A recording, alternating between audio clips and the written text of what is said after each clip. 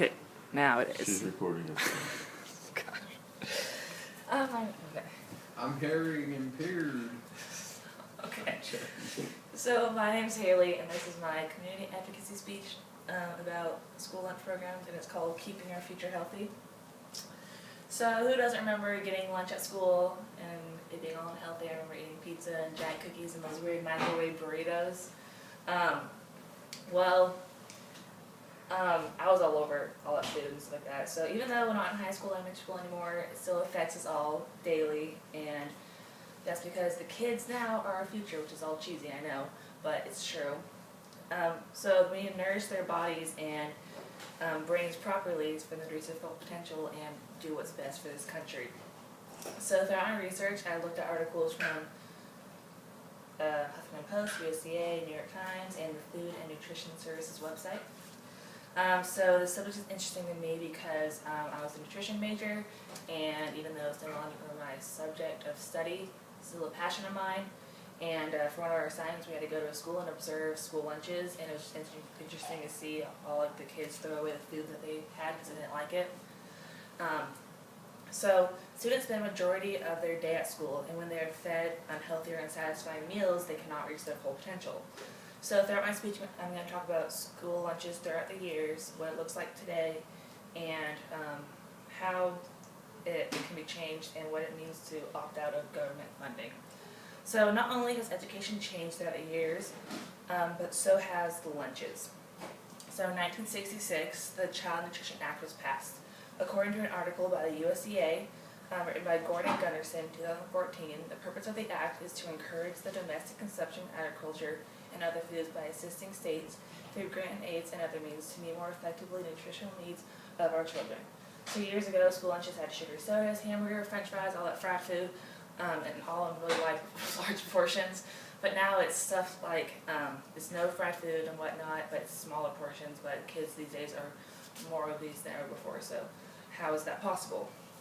Well, since the lunches are smaller, kids are spending more money on snack food, which is a lot of sugary, salty foods, and so it's like cookies and ice cream and other healthy stuff for them to get full off the small lunches. So according to the National School Lunch Program website, it's a program that's federally assisted and operates in over 100,000 public school and non-private schools.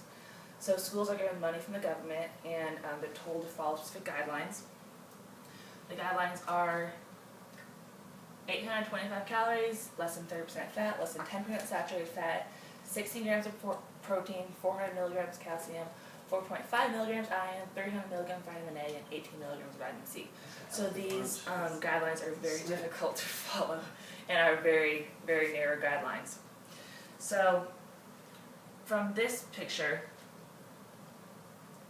yeah, it makes me like that's enough food for an elementary school student, but looking at the big picture, it's not enough. It doesn't always do the trick.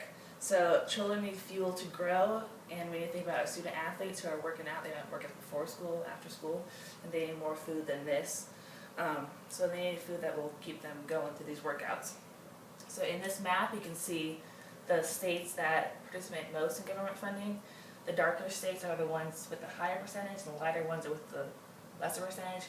As you can see, the southern states with the higher rates of obesity have the most participation.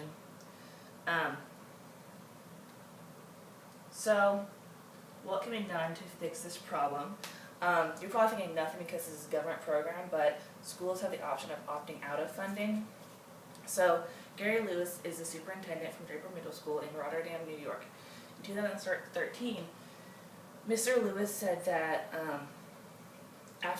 while government funding meals, the district saw a 10 to 12% drop in lunch sales, translating to $30,000 lost in a single year. So this story of a school and middle school is the story of all schools around the country. And because so much money is being lost, schools are deciding to opt out of the government lunch programs. Caroline Thompson wrote an article for the Huffington Post in 2013 about different schools opting out of the program. So according to this article, districts that leave the program are free to develop any guidelines that they want to follow. So this means that schools can serve what students want and will eat. So while I was doing my observations at Wiley High School,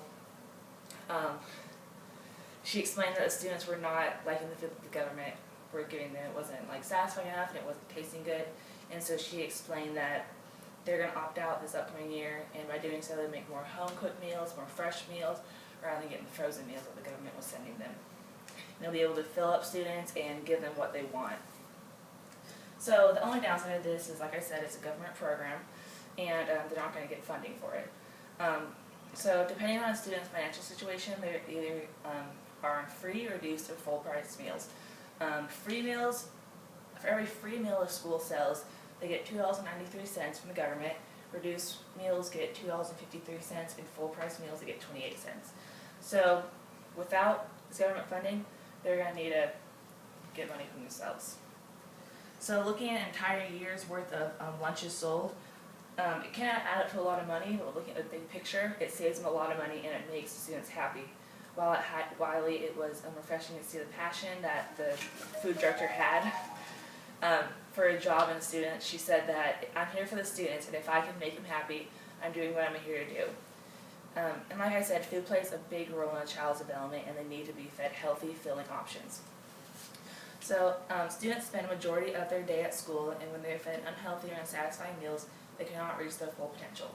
You may not have a child right now, but you will most likely someday. So personally, I want to know that while at school, they are not only getting good education, but they're also being fed healthy, satisfying food. So I hope that this speech got you thinking about not only the children of today, but the future of our country. You only had 6.5 minutes. Okay.